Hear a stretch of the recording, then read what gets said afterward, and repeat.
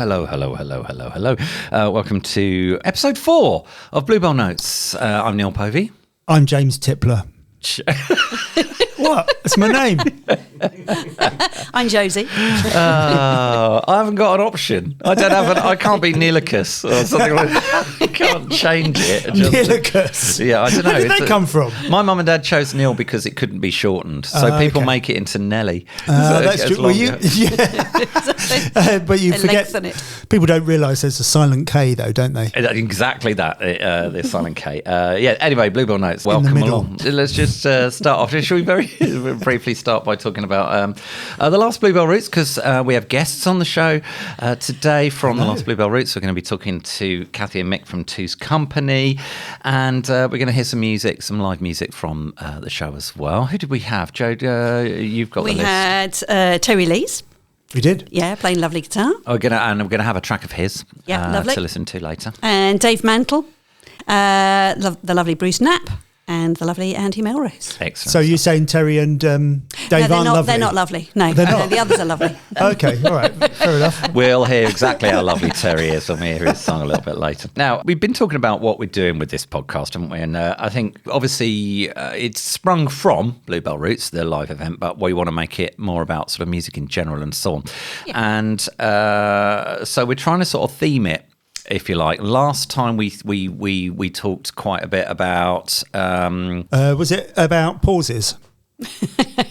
About what? It was about harmonies. Harmonies, it was about harmonies. We talked about harmonies. Yeah, we did. We talked about harmonies. We talked about song relevance, lyrics, and social commentary. That's that the main thing, theme, wasn't it, if I remember rightly? Yeah. Or should have been. Yeah.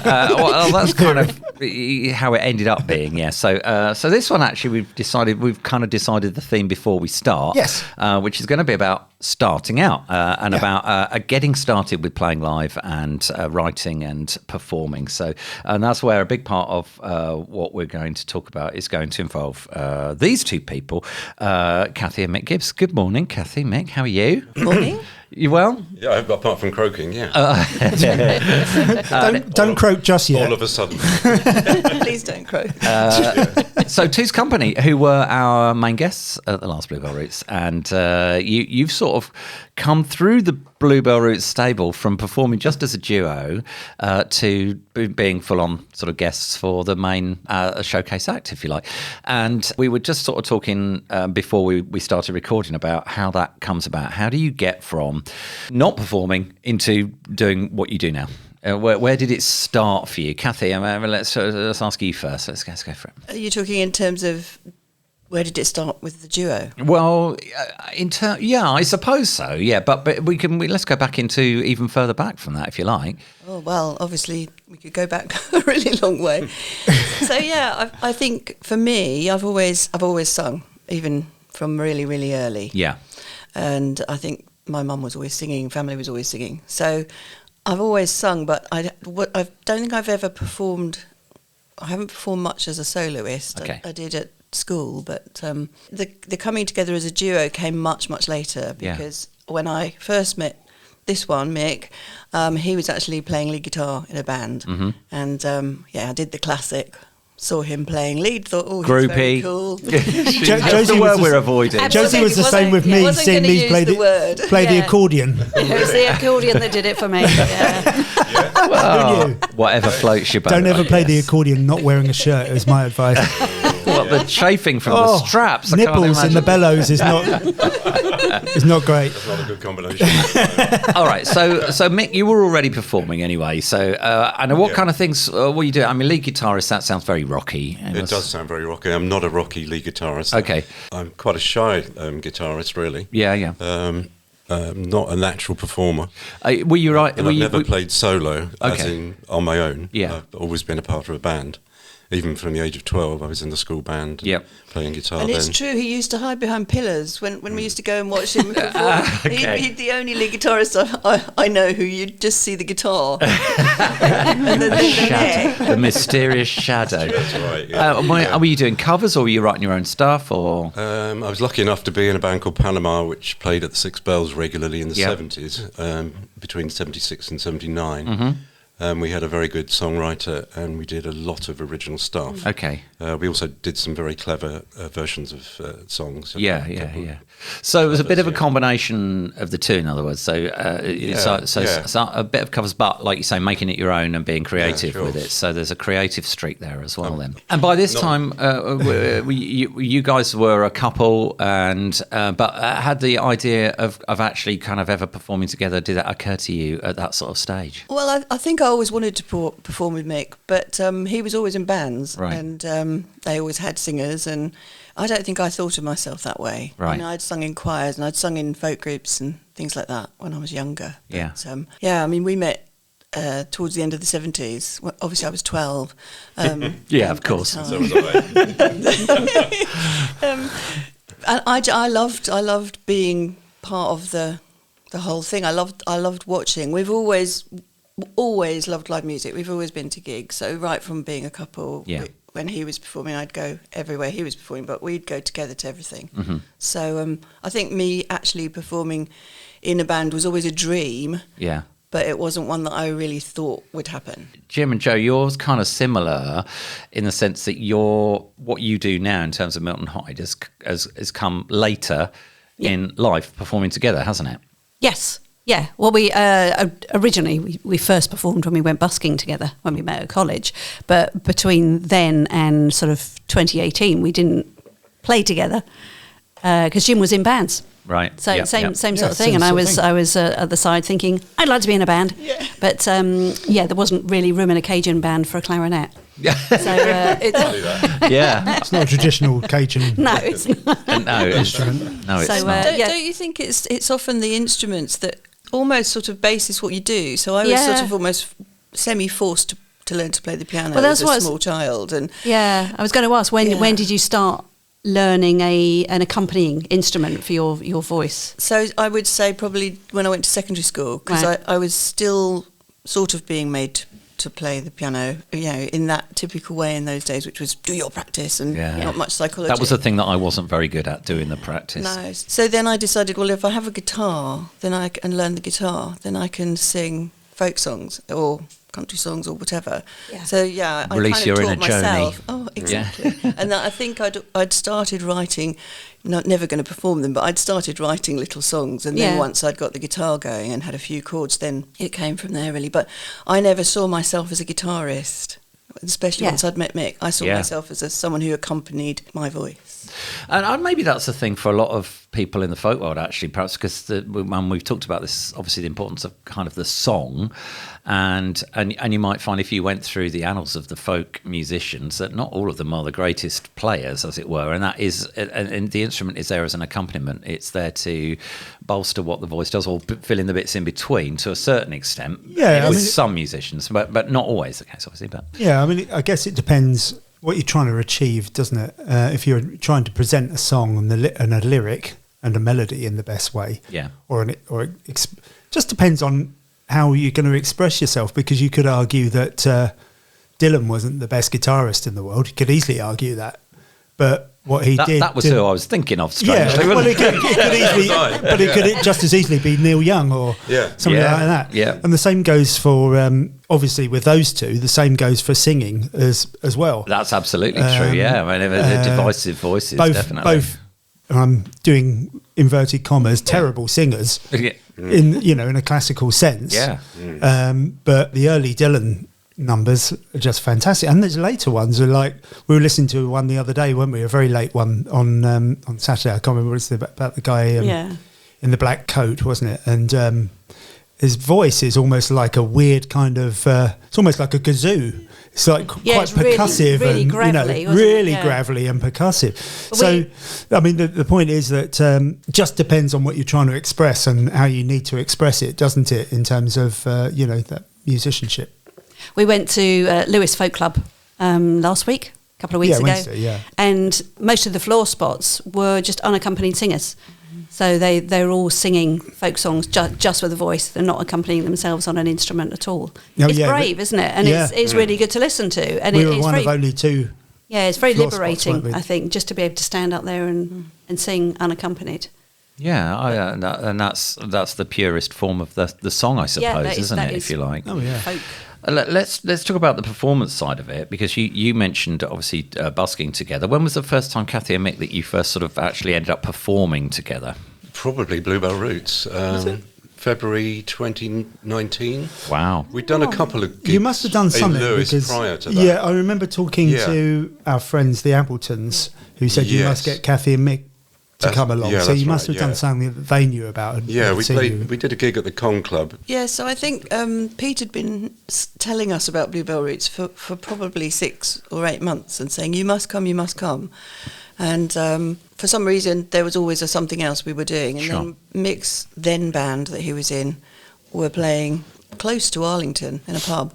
And Peter was there and said, when are you coming? And we both just said, right, we've got to actually do this. So I think it was February.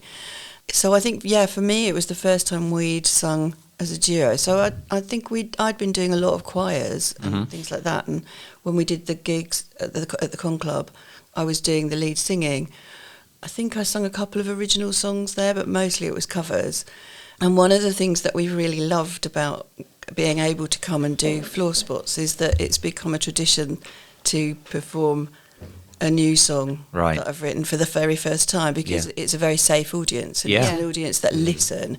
And so if you're writing songs with lyrics that, and what you were saying about Dylan while you were talking, I was thinking about sometimes it's about how you put the song across. Okay. So for me, that's always been a bit of part of it. So that audience actually makes an important part of the ability to perform, if you like, because you feel safe to do so. Was that fair summation of what you're saying there? I think definitely when you're starting out, particularly, because you feel quite vulnerable when you start, and there's always nerves. When you go to like an open mic or like a folk club where you're doing a floor spot, I don't think there's anything more terrifying. You've got no time to prepare yourself. Exactly, yeah. And suddenly you've got to get up and do a couple of numbers. Kind of effectively, you might have been sitting there for an hour. Yeah, you're not warmed up. You're not warmed up, and people are sitting right in front of you, and it's absolutely terrifying. It's we've played in front of some pretty large audiences, but it's much more daunting in front of a small group of people. Particularly, I think, because they're waiting to get up and do their bit as well. Very often. Yeah. So, and do you worry though that people aren't going to be interested in what I'm doing because they're just here to do their own thing, or is it more? I think, no, I mean, when you go along to them, very often you'll go along to an open mic or something, and somebody will say, "Oh, and this is so and so, and this is the first time they've ever played in front of anybody." Yeah. And the sadist in you thinks this is going to be great. It's going to be awful. But and then you meet people like Gary Alexander. Yeah, it was really, really annoying because he's absolutely brilliant. Gary was, he was terribly nervous. Yeah. And he's a brilliant performer. Yeah, he did brilliantly well. And I've forgotten where I was going to go with this, but I think you'd finished. I think also there's something about those people in the open mic situations that they're often so good as well. Yeah. Which is lovely. That's part of why open mic stuff, you're right, it's terrifying because you aren't warmed I've just up. remembered what I was going to say. Go for it. Because I just said that I was a sadist, and I was just going to temper that slightly because I'm not actually. No, fair enough. The overriding feeling of those instances is like you're feeling quite honoured to be there, to witness someone really kind of put themselves through something in order to express themselves, and that's kind of that's the ultimate feeling actually. From a point of view of a all I was going to say, and they might not be terribly well accomplished performers at all. Yeah. And very often they're not. Well, that segues nicely into what I was going to say, which was the one time that I've done it. I actually genuinely, I was that frightened. I had to have somebody else perform with me. I had to have Charlie come and perform with me. And it was terrifying.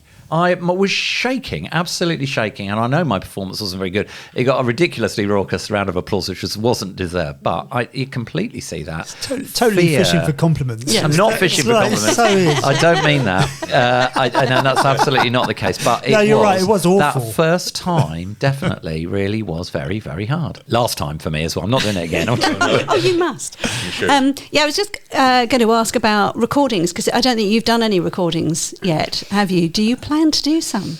Have you got anybody who's got any experience with recording, like an engineer or anything? You don't need anybody like that. My former life, I worked in a couple of studios. Yeah, one 8-track demo studio, But the answer to Josie's question is yes, yes. do play. Leading on to that, yeah, we are looking seriously now at recording some of your songs, aren't we? And maybe some covers. But I think what Josie's angling towards is, do you want any clarinet? Yes, I was going to ask her that, and a bit of cajon maybe. And that's actually that leads on quite nicely, because obviously it goes from performing and taking it from the stage where you're writing and doing stuff at home together, performing in front of an audience, and then that next step is then recording, because obviously you did that and then you perform. And then one of the things that we've noticed about Two's Company over the time that you've been coming to perform live here in Arlington has been the fact that every now and again it gets there's a little annex onto Two's Company. Two's Plus. And there's somebody else, or whether it's Andy or whether it was, the whole family on Sunday when you performed. Were they all called Andy, by the way? Yes, they were. Yeah. So Ali and Richard, who perform with us, they're in our choir, and so I really wanted them to come out, and partly because I've been trying to get them out to Bluebell Roots for ages. Yeah. But I know you talked about harmonies in your last podcast, and I love singing harmony. I always have since I was really small, and I think that one of the Browns was talking about how she used to sing along to records. Yeah.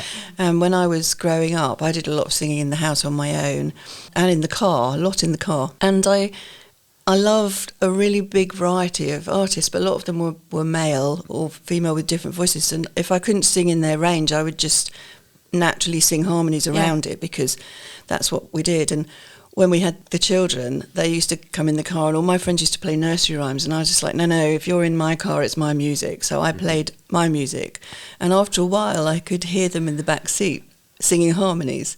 That's cool. And that's lovely, so it's a real gift having people like Seffi and Anne to sing with, and it means it broadens what we can offer people, because being a duo is lovely, and we've really enjoyed it and feel like, I'm really lucky that I have Mick, who automatically, we took up the ukulele together thinking, this is great, neither of us play the ukulele.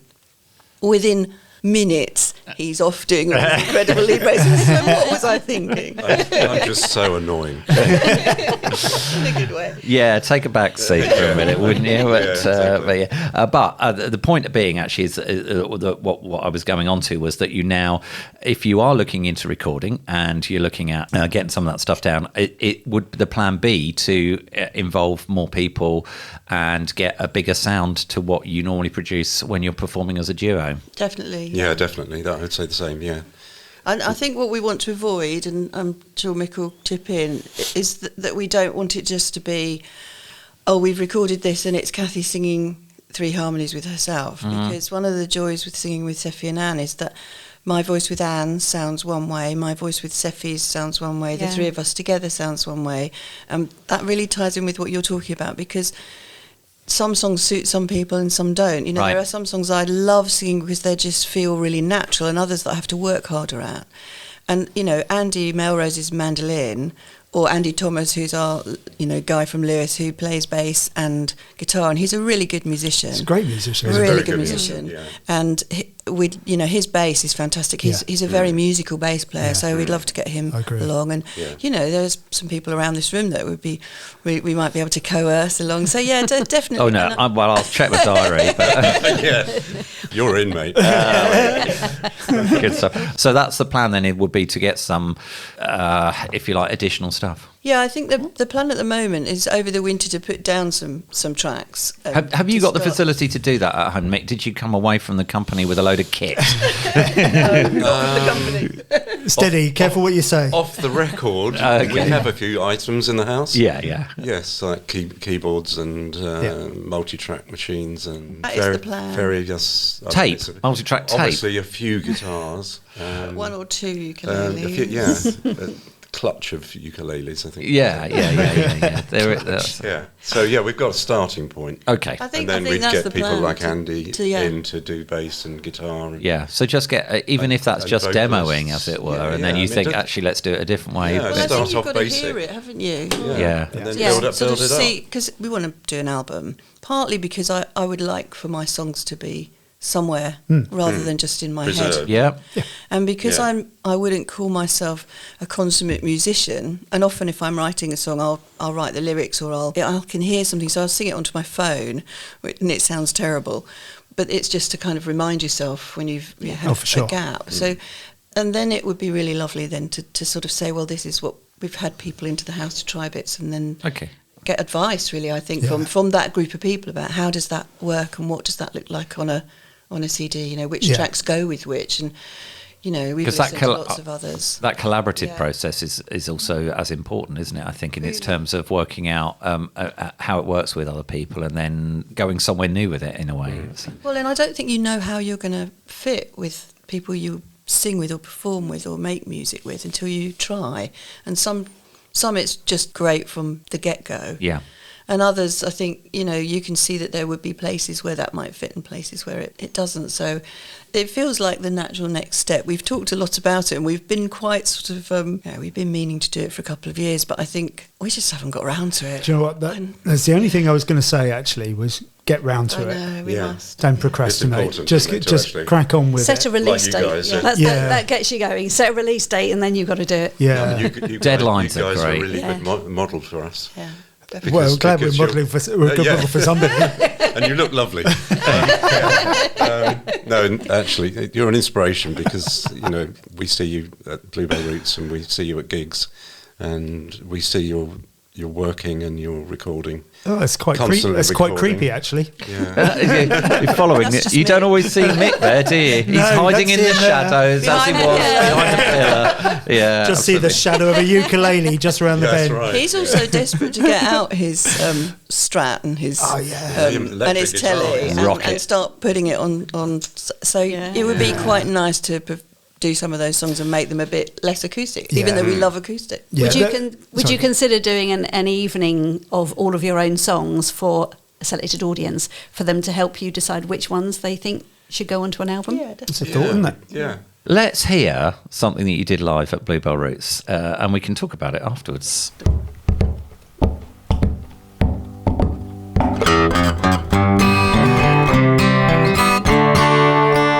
At a hospital, time long now past, when the nurses' uniforms rustled with starch, he remembered the sight of the crisp blue and white, as a young theatre orderly relished the sight.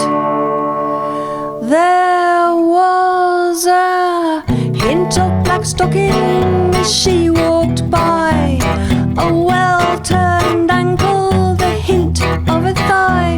His heart it beat fast as she came into view, the delectable Valerie Tew.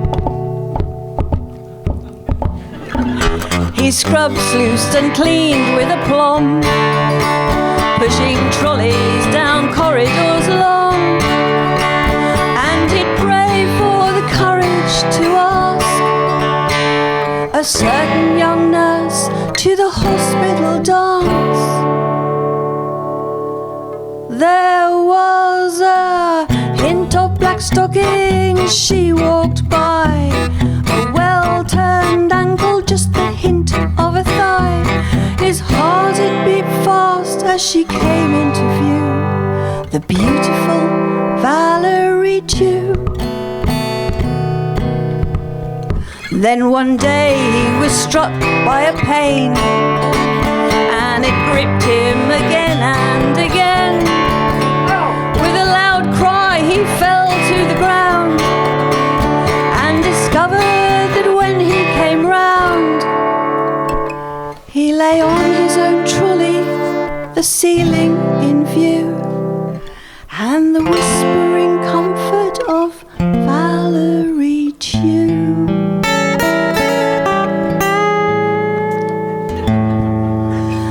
There was a hint of black stocking as she walked by, a well-turned ankle and the hint of a thigh. His heart it beat fast as she came into view, the ravishing Valerie Tew. On the men's ward and back from the brink, they decided to go for a drink. So in dressing gowns down to the pub for a trip, they managed to give poor old matron the slip. There was a hint of black stocking as she walked by, a well-turned ankle, the hint of a thigh. His heart it beat fast as she came into view, the marvellous Valerie tune.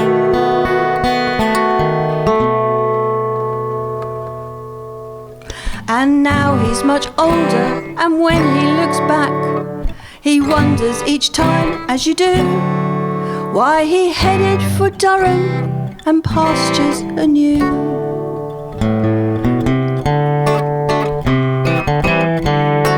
Leaving sweet Valerie, raven-haired Valerie, beautiful Valerie. Choo.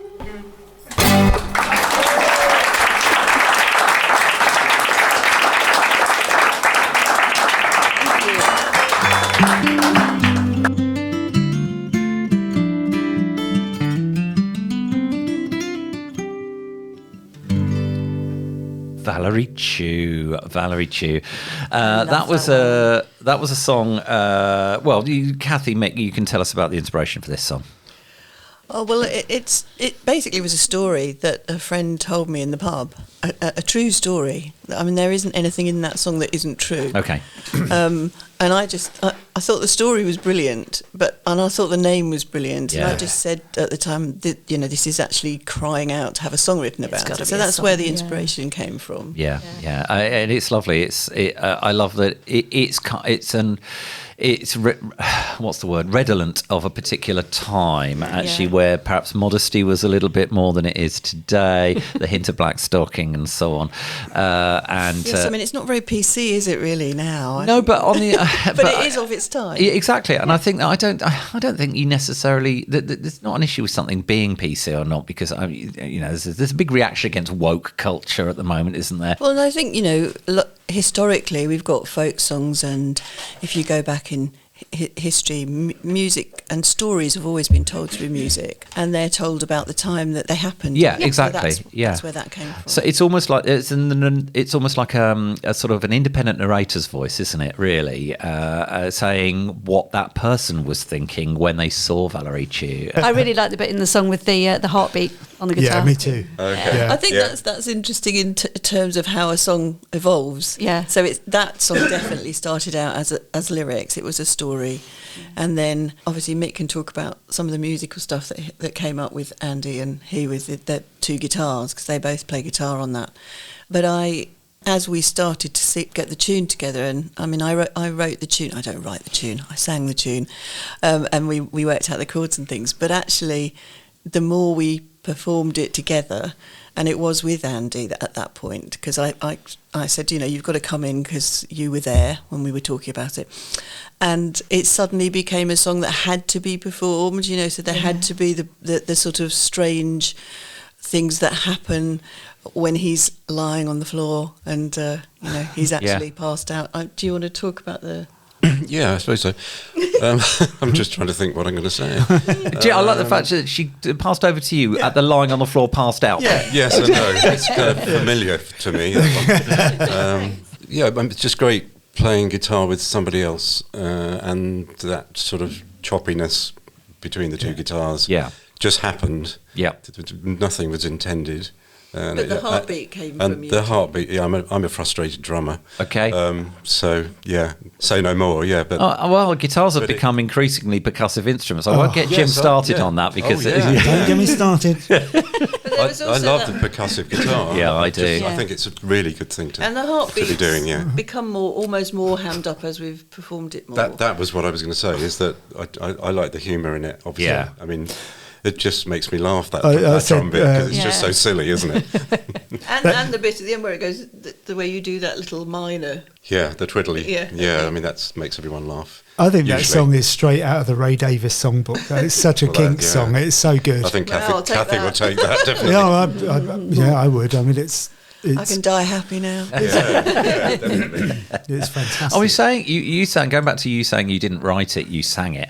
Is that how you come up with melodies? You just sing them and they happen? Or do you use a keyboard? Do you... So sometimes I use a keyboard, but I'm not a keyboard player. So that's sometimes if I've sung something and I'm trying in my head and I'm trying to work out where it goes and what goes with it.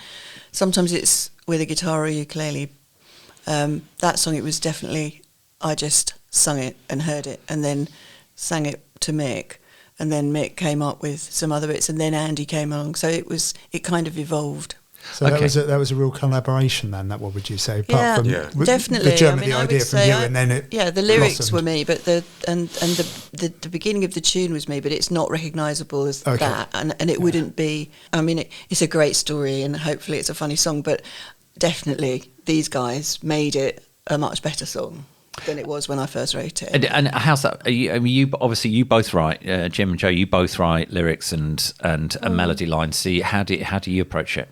Well, it's funnily enough, we were at a songwriting workshop on Sunday, and I don't play an instrument other than the clarinet. Okay. So you can't really compose a melody on a clarinet. You certainly can't sing while you're doing it. No, it was really difficult. So I was on my own trying to write this song, and I found I had the little lap cajon with me. So I was just doing it on a rhythm basis, and once I got the rhythm, then I started to get a bit of a melody. Right. So it's the first time I've written a song completely on my own without any input from Jim with regard to melody. Okay. So usually Jim is the melody. And what's your approach? Is that based on kind of being a guitarist and the kind of lead lines you might play, for example, or is it something different?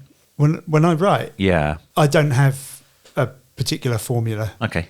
It's either sometimes I'll have a notion for a song, and that drives where the song is going to go. Yeah. And that will drive it rhythmically and melodically. And then sometimes I'll just be noodling on the guitar, and that puts you in mind of a subject for a song or something. So I'm really happy that you say you don't have a formula, because no, I definitely don't think have a there formula. are lots of formulas that can be used, and we probably employ all of those unconsciously. Yeah, I think so. Yeah. But I do think you're right in that sometimes with me it'll be a conversation, or it will be that Mick's been playing a riff or something, and it's in my head. Yeah. And I mean, I've just written it, or it's not finished, but I've just finished the lyrics of a song which was, we were sitting in the back bar of the Brewers in Lewes, and it just came, and so the words are there, and I know what I want it to feel like, but I've no idea what it'll end up being like. Right. Okay. I found it harder to collaborate, and Josie will tell you this. I'm not very patient with collaborating, and I sort of beat myself up about it. And I guess it's because I've been writing on my own for so long. When we went to the workshop the other day, it was really great because they were coming up with these strategies about how to get your mind freed up and stuff, and that's all brilliant. But in terms of actually using it to directly write a song, I'm not sure it kind of works for me. I'm still much more really comfortable just noodling. Do you find that you own the song as well? So sometimes it's your baby, and someone comes up with something and says, well, why don't you try that? And sometimes I think, great, and other times I'm thinking, well, that's not how I want. No, leave it alone. I liked how it was. No, I don't think so. I mean, I've only I collaborate with Josie a lot. Obviously, we write together, and it's usually in separate rooms. Yeah, separate rooms. By email. Yeah, I like with no hard surfaces. And you're just Bernie Taupin and Elton John on your either ends of the flat, do you? Yeah.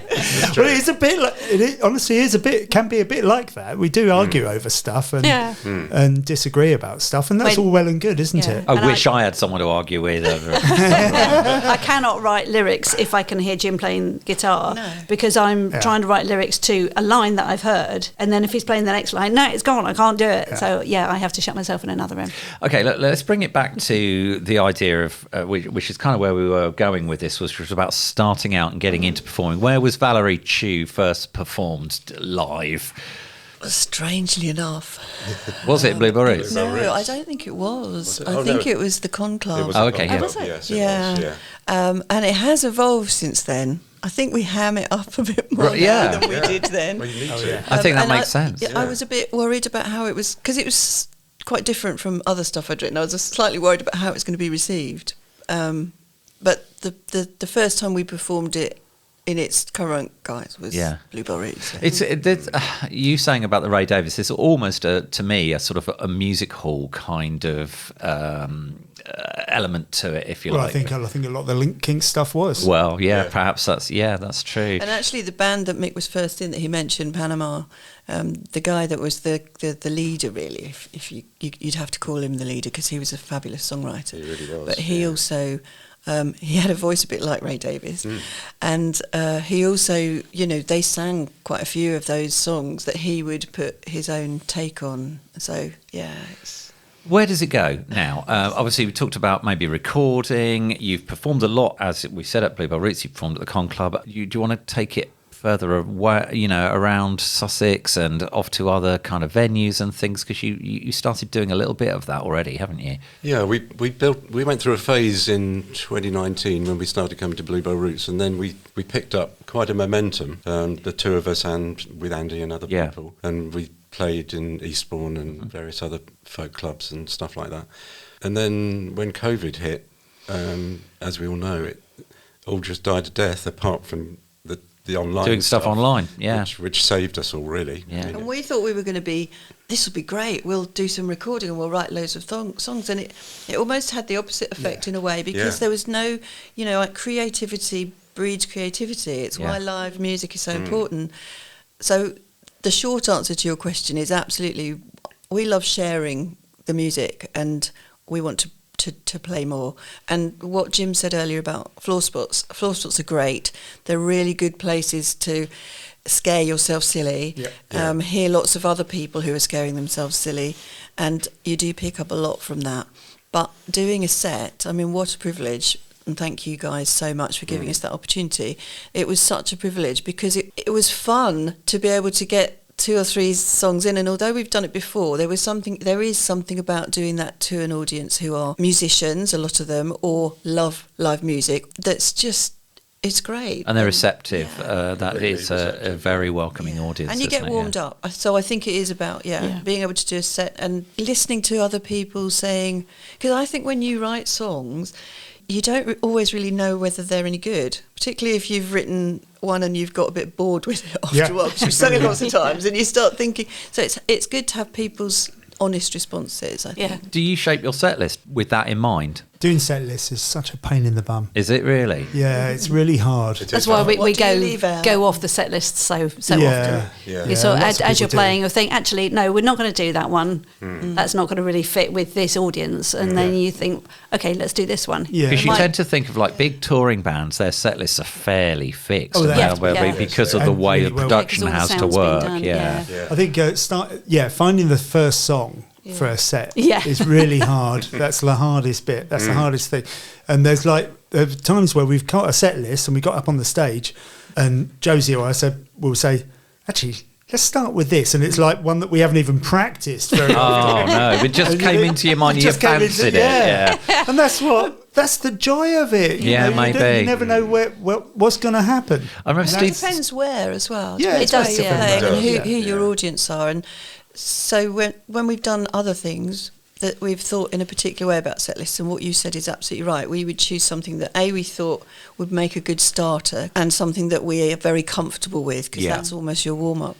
But for Bluebell Roots, it was really different and really difficult, because we thought we might not have this chance again, so we want to make it really eclectic. I know that sounds ridiculous, and we wanted to involve other people, so that's why we came up with the idea of coming in with, we wanted to come in with a punchy but very short a cappella, and then go straight into the Let's Dance. A cappella is a great way to start. We've only done it once, and it worked really, really well. And it was like a song about, like a really dirgy song about Brexit and suicide.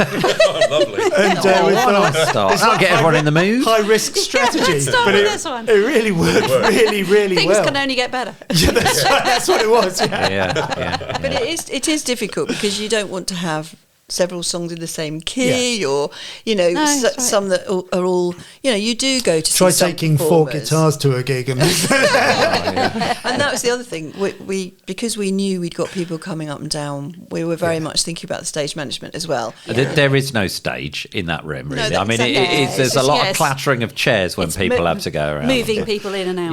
But you don't want to be doing guitar, bass, guitar, bass, guitar, bass. Sure. So there was some of that. We would, and like you say, it's a bit of a. So there's some ergonomics involved and some practicalities. Yeah. Okay, look, let's sum this up by thinking about if you were to talk to people who've not performed but are thinking of performing, what's a good way to, what was something that you would pass on? One piece of information, one thing from everybody around the table. What would your advice be? Well, my first bit of advice would be just do it. Don't procrastinate. That's pretty much what you told me. Yeah, that's how I remember it. and you won't regret it. Yeah. And don't regret it, because life's too short, and you don't want to be like after 30 years thinking, Wish I'd done that. I wish I'd played my guitar a bit more, or wish I'd got up in front of those people. Yeah. I wish I'd do it with dancing. When people start dancing in a room, I'll sit there thinking, I wish I could be dancing. I'm a reluctant dancer, but I dance behind the DJ booth instead now, so people can't see what my legs are doing. So that'd be my advice: just do it. Just do it, okay? Just do it from Mr. Tipler. I would say what helps me is dressing for a performance. So not necessarily really dressing up, but putting on. We're not going like Stevie Nicks or putting on Lady a different Gaga. ring, or putting on a scarf, just something so that once you get up out of the audience and you're performing your bit, you're there, you're up there to perform. Gotcha. This is your so you've set yourself, as it were. Cue. Yeah, I get it. Yeah, Kathy, Mick. My advice, excuse me coughing, would be keep it simple. Okay. Don't sort of stretch yourself so much that you're completely. Don't set yourself sort of too high expectations. Exactly. Yeah, keep something you feel really comfortable with and that you know really well and you've practiced and I think sound advice, I'd say, Kathy. Yeah, I think so. Yeah, all of the above. And I think if it's your first time, it is about all of that, going for it, but being comfortable. And just know that you're going to feel nervous and you probably make mistakes. And do you know what? It really doesn't matter. That's the whole point about live music. It isn't polished like a CD is or a streamed piece of music. Speak for yourself. I am. Because obviously we've never seen Milton Hyde make a mistake. Never. No, it doesn't happen. Absolutely flawless. No, never forgotten lyrics in the middle of a song or got the capo in the wrong place or anything like that. So Kathy, Mick, Two's Company, thank you so much for performing for us at Bluebell Roots and regularly being supporters of local live music, which is the bigger picture, isn't it? Really, I think, and but also for chatting to us about the process today and how you kind of get out there and start doing it. It's really a really great insight. Thank you. Thank you for having us. Thank you very much. We're going to hear some more from one of our floor spots, Terry Lees. Well, hopefully we'll have another episode in about a month's time. Who's playing the next Bluebell Roots? Josie, Jim? Mr. Steve Pleasure, yeah. That's a good one to get involved in, isn't it? Oh, my Lord, yes. Check out the Bluebell Roots Facebook page for details of that if you fancy coming along if you're in the East Sussex area. But until then, we'll see you next time. Goodbye. Bye.